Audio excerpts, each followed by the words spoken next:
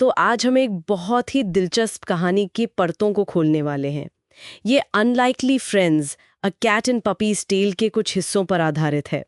सोचिए जरा, एक आरामदेह कमरा है, धूप आ रही है खिड़की से, और सोफे पर एक सफेद बिल्ली है, नीली आंखों वाली, थोड़ी गुस्से में लग रही है।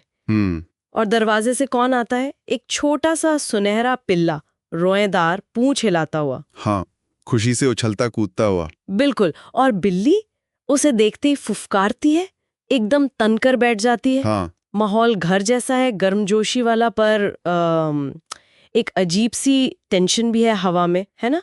तो चलिए देखते हैं आगे क्या होता है। हाँ, और ये जो शुरुआती नोकझोंक है, बिल्ली का फुफकारना, पिल्ले का थोड़ा सहम जाना, ये जानवरों में बहुत आम है, खासकर जब कोई नया जानवर घर में आता है।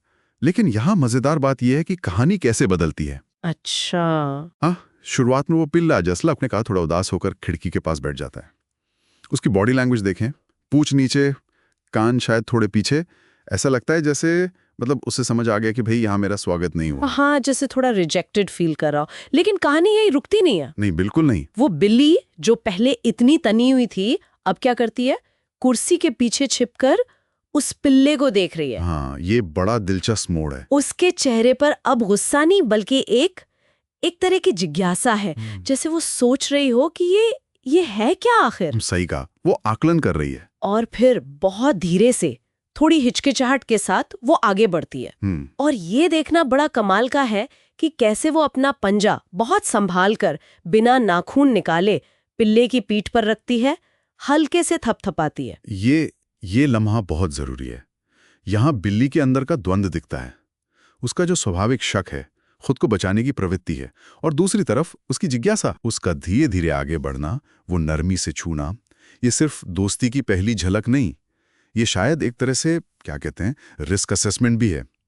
वो देख रही है कि पिल्ला कैसे रिएक्ट करता है। ये स्पर्श एक तरह से बात करने की कोशिश है, बिना आवाज के। अच्छा। ये दिखाता है कि जानवरों में भी ये समझ बनाने की प्रक्रिया कितनी सूक्ष्म हो सकती है। और पिल्ला, क्या वो डरता है? कहानी बताती है कि नहीं, वो चौंकता नहीं है, शायद थोड़ा सहज महसूस करता है। हाँ, शायद उसे भी वो नरमी महसूस हुई। और फिर तो जैसे पूरी कहानी ही बदल जाती है।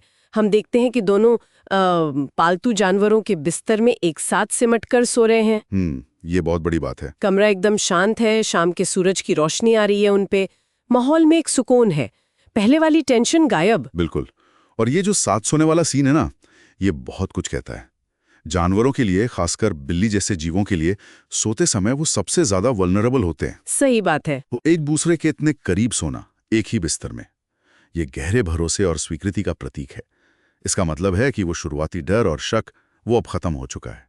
उसकी जगह आपसी आराम और सुरक्षा की भावना ने ले ली है। वाह, ये सिर्फ साथ सोना नहीं, ये एक दूसरे की मौजूदगी में सुकून पाना है। बिल्कुल। और जब वो जागते हैं तो कहानी बताती है कि वे एक दूसरे से सटकर बैठते हैं, कैमरे की तरफ देखते हैं। बिल्ली हल्की सी घुरघुराहट करती है। हाँ, जो संतोष की निशानी होती है। और पिल्ला धीरे धीरे अपनी पूंछ हिलाता है। ये छोटी छोटी चीजें उनके बदले रिश्ते को दिखाती हैं। कहाँ वो फुफकारना और कहाँ ये शांत साथ। तो अगर हम इसे थोड़ा बड़े नजरिए से देखें, तो ये सिर्फ एक बिल्ली और पिल्ले की प्यारी कहानी नहीं रह जाती। ये हमें दिखाती है कि कैसे समय, धैर्य और थोड़ी सी जिज्ञासा के साथ वो दीवारें जो हम खड़ी कर लेते हैं, डर की, शक की या बस अजनबीपन की, वो धीरे धीरे गिर सकती हैं। ये स्वीकृति की ताकत दिखाती है। और ये भी कि रिश्ते हमेशा सीधे नहीं बनते। उनमें उतार चढ़ाव आते हैं, हिचकिचाहट होती है, और फिर धीरे धीरे समझ बनती है। तो इस सब का निचोड़ क्या है? मतलब ये छोटी सी कहानी हमें क्या सिखाती है?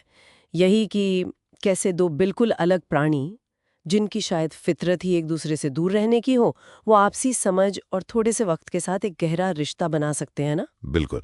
ये एक उम्मीद देती है कि भाई दूरियां मिट सकती हैं और नए कनेक्शंस बन सकते हैं। हाँ, और अंत में सोचने के लिए एक बात ये भी है कि जानवरों के बीच का ये जो बदलाव है, जहाँ जिज्ञासा डर पर हावी हो जाती है और धीरे धीरे भरोसा बनता है, क्या ये हमें इंसानी रिश्तों पर भी कुछ सोचने को मजबूर करता है? अच्छा, किस तरह से?